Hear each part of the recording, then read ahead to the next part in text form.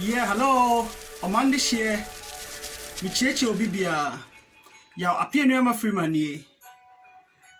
Se nene da edi kan oreba me channel eso a.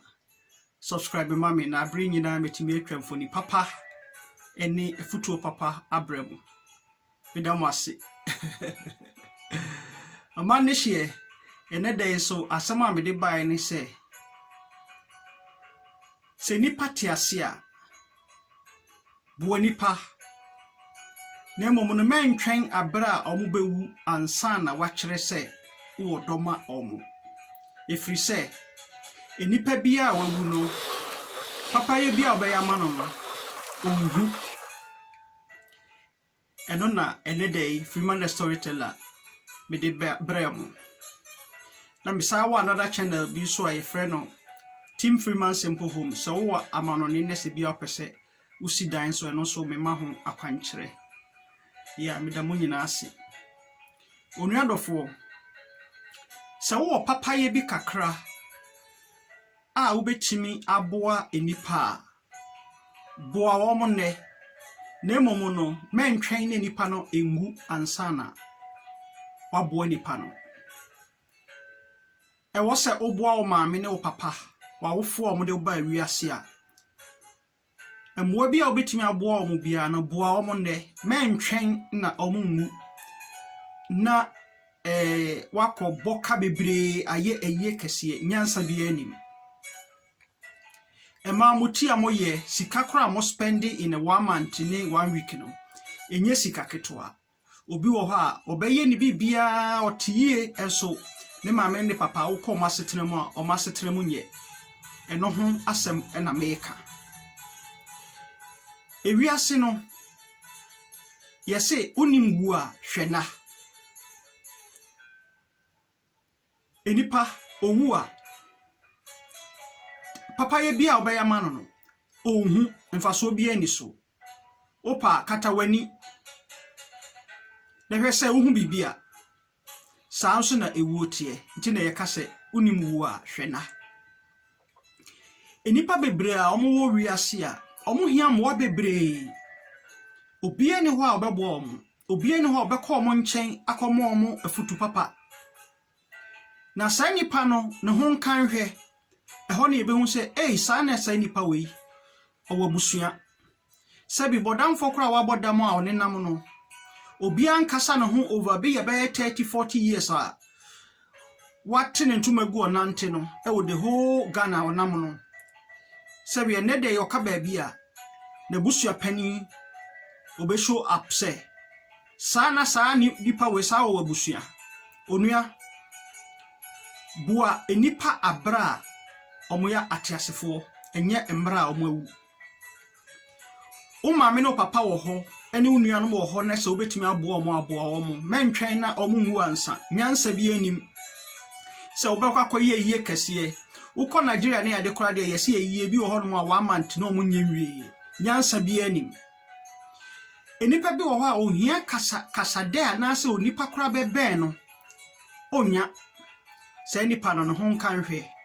ho na yebehu se sana owadofo bebre esu nipa no na waye dey wo wuko ene dey se wo nipa bi a ubetimi aboa omo a boa omo ne mentwen na sa nipa no engu ansa na bra ubekire se sa wo ye odofo emra a omo ewo hiehie mu emra a omo ntimi hwe omo ma wo school no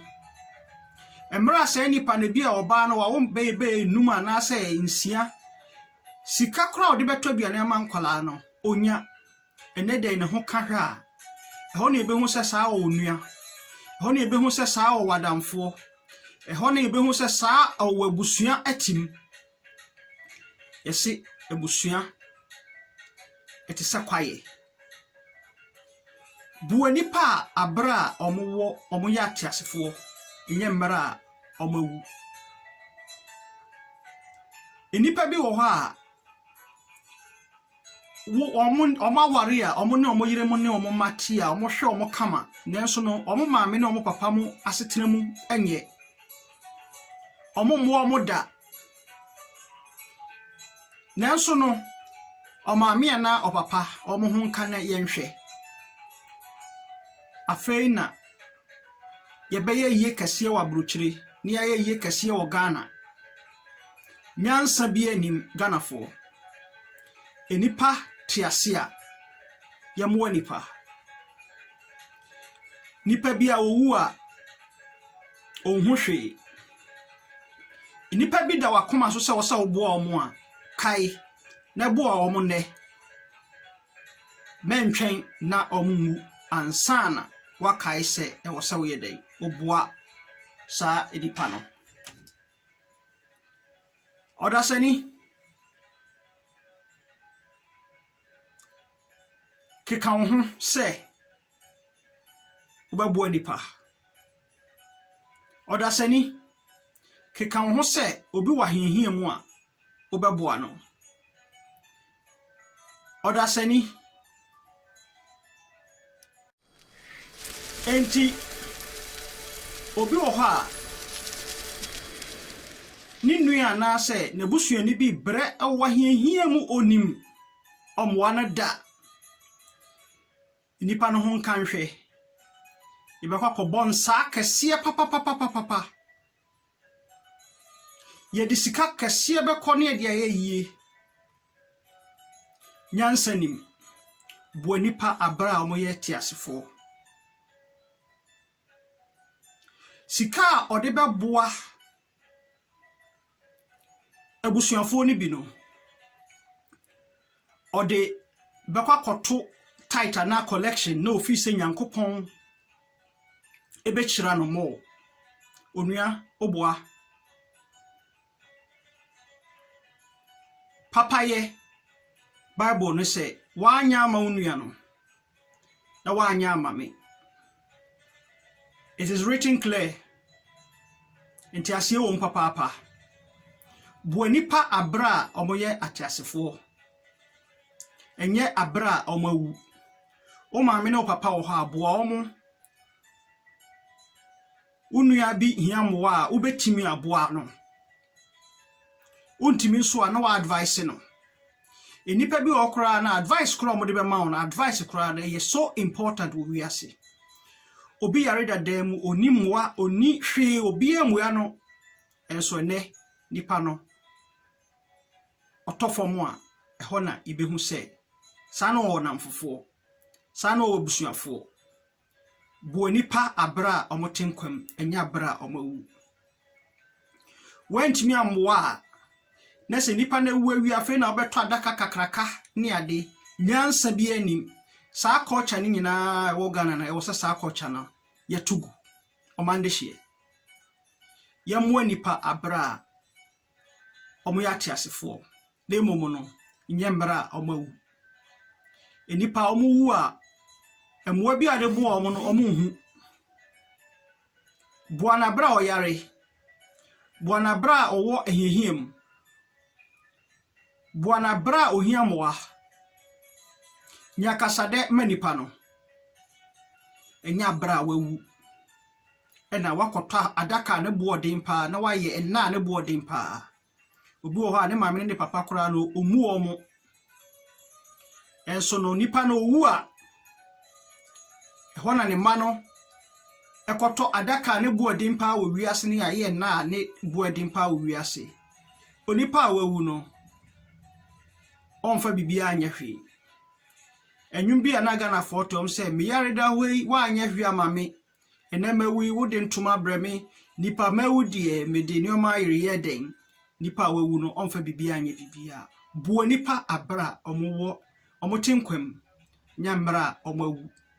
sa culture na yeye no enye se Nigeria na ade nipa ewu a yetimi celebrate no bebe 1 month so ewom se nipa no woni sika na emom sai nipa no kra ne bi kra time wo yare no obi akra ntwa na ankwa ankosra no ena awawu no ene ibehu se ofa sa na nipa no ofa sa na nipa no wa uncle bo nipa Abiraa omotenkwam enyembra omawu Mother Teresa ne kan asem bi se wo pese obo nipa apem na wontumi a boa nipa ba ko pe Onuadofo ene day me tufo se obi wo ho ne se oboa ne beye ya aboa no mentwen na ongu obi ayo papa bi ne se opesa oboa nipa na ana se wo show se edo akire nipa na ye